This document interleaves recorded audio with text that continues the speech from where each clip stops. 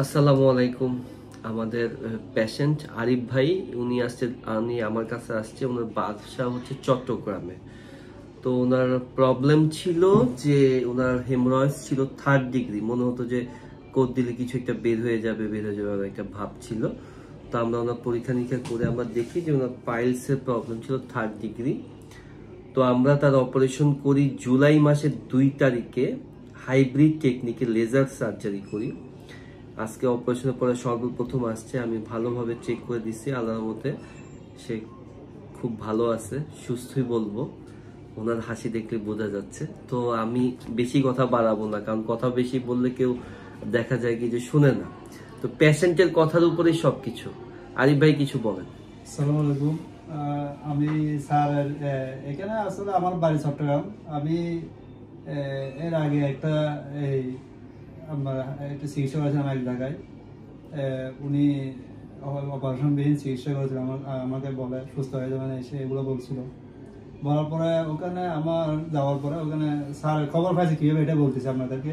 ওখানে একবার বলছে যে মিরপুরে স্যার একজন এই বিষয়ে বিশেষজ্ঞ ডাক্তার আছে, ডাক্তার মারাজুল ইসলাম। তখন আমি উনি নাম বলছে, বাট উনি বের করতে পারেনি। তো আমি চিন্তা করলাম যে একটু ঘাটাঘাটি করে দেখি ইউটিউবে সার্চ দিলাম। স্যার দেখলাম এখানে আসলে সত্যি স্যারের অনেকগুলো ভিডিও দেখলাম।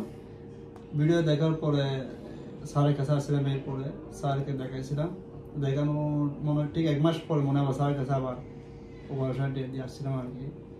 আসলে মানুষে যেভাবে মানে অপারেশন ভয় পায়, আসলে এভাবে কিছু মানে ভয়ের কোনো কারণ নেই। আমি অনেক ভয় পেয়েছিলাম, মানে অপারেশন করবো না। স্যার আসলে স্যার সেবা অত্যন্ত ভালো। আপনারা স্যারের কাছে অবশ্যই আসতে পারেন। স্যারের চিকিৎসা বলেন, সার্বক্ষণিক সহযোগিতা পেয়েছি হোয়াটসঅ্যাপের মাধ্যমে। তো আপনাদের যাদের এই সমস্যা আছে তারাও স্যারের সাথে চাইলে আসতে পারে।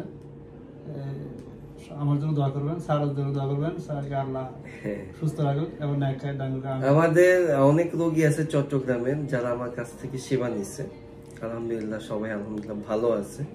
আমরা চেষ্টা করি, আমি পার্সোনালি চেষ্টা করি সবাইকে কমিটমেন্ট অনুযায়ী সেবা দেওয়ার, এবং অপারেশনের পরবর্তীতে হোয়াটসঅ্যাপের কমিউনিকেশনটা আমি পার্সোনালি ওই জিনিসটা আমি ডিল করি। তো আরিফ ভাইয়ের জন্য দোয়া রইল, শুভকামনা রইল। আল্লাহ তাকে ভালো রাখবে, সুস্থ রাখবে। তো সবাই ভালো থাকেন, আমাদের জন্য দোয়া করবেন, এভাবে যেন সেবা কন্টিনিউ করতে পারি। আসসালামু আলাইকুম।